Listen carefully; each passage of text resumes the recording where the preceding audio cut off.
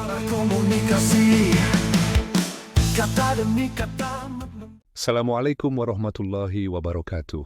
Selamat bergabung di channel Ensiklopedi Komunikasi, saluran yang menyajikan khasanah keilmuan komunikasi dari aspek teori, penelitian, dan aplikasi.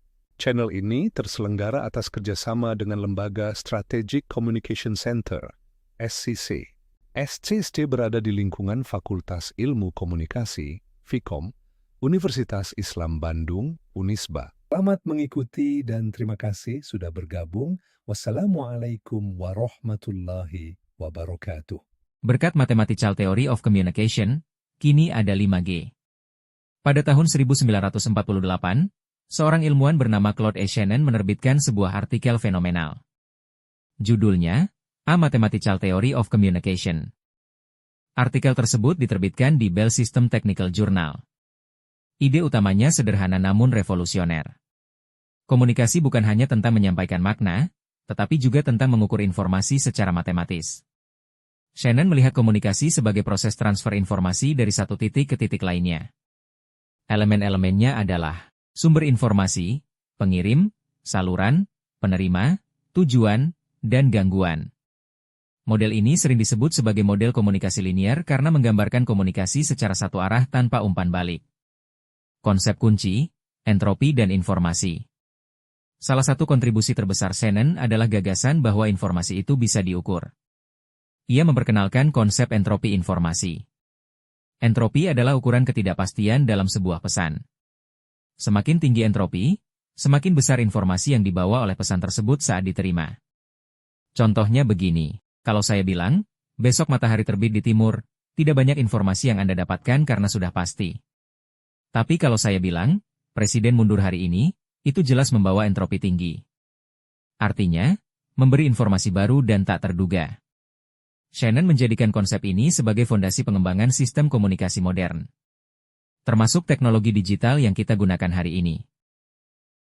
Aplikasi teori Shannon di dunia nyata. Lalu apa saja manfaat nyata dari teori ini? 1. Kompresi data. JPEG, MP3, ZIP file, semua ini ada berkat teori Shannon. 2. Telekomunikasi. Teknologi Wi-Fi, Bluetooth, 4G, 5G semua dibangun di atas prinsip-prinsip teori ini. 3. Koreksi kesalahan. Saat Anda mengirim pesan WA, sistem otomatis memperbaiki error jika ada gangguan. 4. Desain antarmuka media sosial. Bagaimana konten dikirim, disimpan, dan ditampilkan ke pengguna. Semua ini dipengaruhi oleh efisiensi saluran komunikasi Shannon. Bayangkan, teori yang lahir lebih dari 70 tahun lalu masih sangat relevan sampai hari ini. Mari kita lihat dua contoh penelitian komunikasi yang menggunakan model Shannon sebagai kerangka teoritisnya. 1. Penelitian berjudul The Impact of Information Overload and Noise on Voter Perception in Social Media Campaigns. Penelitiannya fokus pada bagaimana noise seperti hoax, spam, dan emosi netizen memengaruhi persepsi publik terhadap pesan politik di platform seperti Twitter dan Facebook. Hasilnya menunjukkan bahwa semakin tinggi noise, semakin rendah akurasi pesan yang diterima oleh pemilih. Model Shannon digunakan untuk mengukur efektivitas penyampaian pesan politik dan efek distorsinya. Efisiensi saluran dalam pembelajaran daring. Contoh kedua adalah penelitian berjudul Evaluating Channel Efficiency in Online Learning Platforms Using Shannon's Communication Model. Penelitian ini bertujuan mengukur seberapa efektif pesan pembelajaran tersampaikan kepada siswa dalam sistem pendidikan jarak jauh. Faktor-faktor yang dinilai antara lain delay, bandwidth, dan noise seperti gangguan internet dan kurangnya interaksi. Hasilnya menunjukkan bahwa platform dengan desain antarmuka yang baik dan infrastruktur stabil memiliki efisiensi komunikasi lebih tinggi.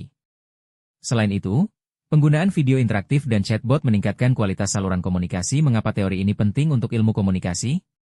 Banyak orang mengira teori ini hanya untuk insinyur atau ilmuwan komputer. Padahal, bagi kita yang belajar atau meneliti bidang komunikasi, teori ini sangat penting. Kenapa? Karena membantu kita memahami bagaimana pesan bisa hilang atau berubah selama transmisi. Menyediakan kerangka untuk mengukur efektivitas komunikasi. Memberikan perspektif baru dalam analisis media digital dan online communication. Ini adalah teori yang wajib kita kuasai untuk memahami evolusi komunikasi dari analog ke digital. Simpulan. Jadi, apa yang bisa kita simpulkan dari teori Shannon? Komunikasi bukan hanya soal menyampaikan pesan, tapi juga soal mengukur dan mengoptimalkan informasi. Model Shannon membantu kita memahami peran noise, saluran, dan efisiensi komunikasi. Teori ini telah menjadi dasar dari teknologi digital modern, dan masih digunakan dalam berbagai penelitian komunikasi hari ini. Nah, itulah penjelasan lengkap tentang Mathematical Theory of Communication.